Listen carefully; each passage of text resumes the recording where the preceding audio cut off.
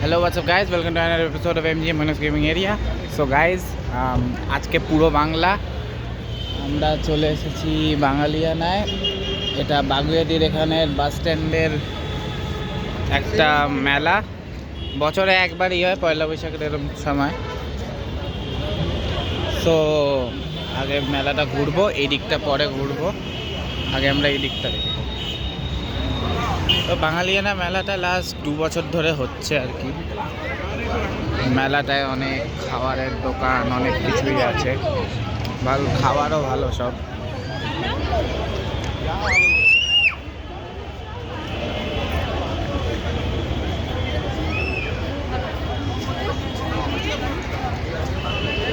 জানি আমি এত ভালো ব্লগ করি না, আমি এখনো বাচ্চা, টেনে পড়ি, চেষ্টা করছি।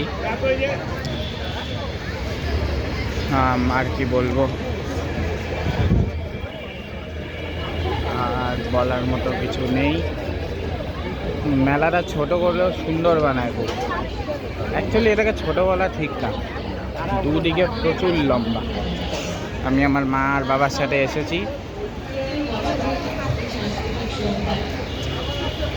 প্রচুর সুন্দর মেলাটা। ওখানে সামনে মেলার এখানে তো অনুষ্ঠান হয়। আগেরবার দেখেছিলাম, কি বলে, আগেরবার একটা বাউল নৃত্য দেখেছিলাম। ভালো মেলা এখানে। এখানে ফিশ ফ্রাই খুব ভালো। দেখুন, আজকে এই সাংস্কৃতিক সন্ধ্যার একেবারে শেষ নিবেদনে আমরা চলে এসেছি, যে নিবেদন আপনাদের সবার মন কাড়বে। শুধু তাই নয়, আপনাদের সবাইকে সুন্দর সুন্দর জামাও আছে, ব্যাগ আছে। আসতে প্রচুর দেরি হয়ে গেছে, এটা সত্যি। ওয়েল গাইস, ওই দিকটায় হয়তো পরে যাব, নাহলে এই পার্টেই যাব। কিন্তু এটার পার্ট 2 আসতেও পারে, নাও আসতে পারে।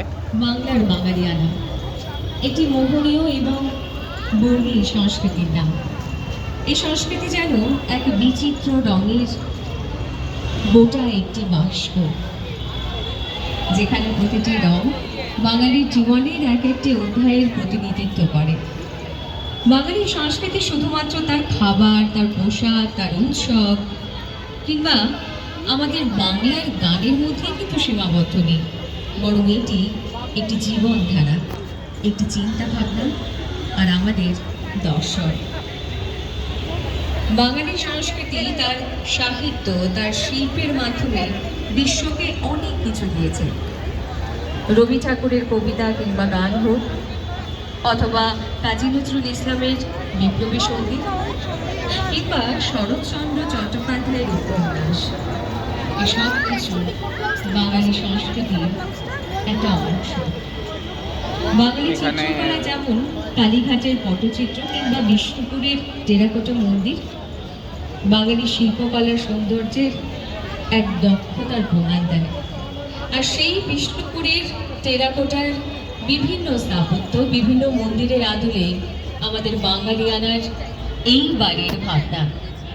আপনারা দেখতে পাচ্ছেন আমাদের গোটা মেলা প্রাঙ্গণ এবং মুক্ত মঞ্চ বিষ্ণুপুরের টেরাকোটার স্থাপত্যের অনুকরণে কিংবা অনুপ্রেরণায় তৈরি করা হয়েছে। ঠিক তেমনি প্রায় 1600 খ্রিস্টাব্দে এটা হলো ওই দিকেরই, বীর সিংহ তৈরি ওই জায়গারই করেছিলেন দ্বিতীয় ভাগ, রাস মঞ্চ নামক একটি মন্দির, যা বিষ্ণুপুরের একটা ঐতিহ্য। সেই রাস মঞ্চের আদলে তৈরি করা হয়েছে আমাদের প্রথম মঞ্চ, যে মঞ্চে এখনো অনুষ্ঠান অনুষ্ঠিত হচ্ছে, এবং আমাদের মুক্ত মঞ্চেও একইভাবে সাংস্কৃতিক অনুষ্ঠানের আয়োজন করা হয়েছে। এইভাবেই কিন্তু আমাদের হারিয়ে যাওয়া কিংবা বিলুপ্তির পথে দাঁড়িয়ে থাকা সমস্ত সংস্কৃতিকে তুলে ধরার চেষ্টা আমরা করছি। আর এই চেষ্টা একমাত্র সম্ভব বাঙালি। কিছু না কিছু নিয়েই যাবো এখান থেকে, কি নিয়ে দেখা যায়। আমার পার্সোনালি যদি আপনারা বলেন, এভরিওয়ান অফ ইউ, আমার পাঞ্জাবি খুব পছন্দ, হলুদ রঙের। হ্যাঁ, আমি আজকে লাল রঙের পাঞ্জাবি পরে আছি, কিন্তু আমার হলুদ রঙের পাঞ্জাবিটা বেশি পছন্দ। এটা অ্যাকচুয়ালি আমি যেটা পরে, যেটা পাঞ্জাবিও না ঠিক, এটা ফটুয়া। তাদের এই স্বপ্নকে বাস্তবায়িত করেছে। আর সেই বাস্তবে এখন আমরা সবাই এই উৎসবগুলো দেখতে আমাদের দ্বিতীয় বছরে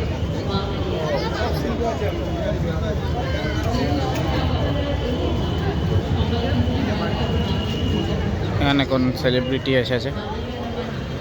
নাচে গানে সর্বদা বাংলা যেখানে আপনারা যেখানে আমরা যে সকলেই একসাথে আমাদের পরবর্তী প্রজন্মের হাতে আমাদের বাংলা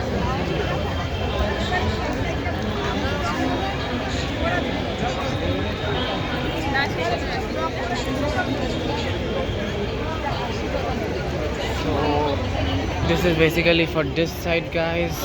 এবার আপনি আপনাদের একটা পজ হবে, ওই পজে আমি আপনাদের তারপরে থেকে ওই সাইডটা পুরো দেখাবো। আশা করছি আপনাদের এই দিকটা অ্যাটলিস্ট পছন্দ এসেছে। অ্যান্ড অলসো হোপিং আমার ব্লগিং বলার আমার কনফিডেন্স কম, আমার ব্লগিং বলার এই কিন্তু আই এম ভেরি অনেস্ট, মানছি আমার কনফিডেন্স কম। ওই আস্তে আস্তে চেষ্টা করব ভালো হওয়ার।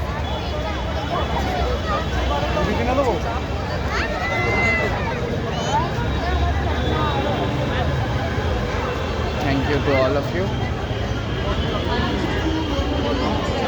আর কিছু বলার মতো আপাতত এদিকে নেই, ওইদিকে দেখা হচ্ছে।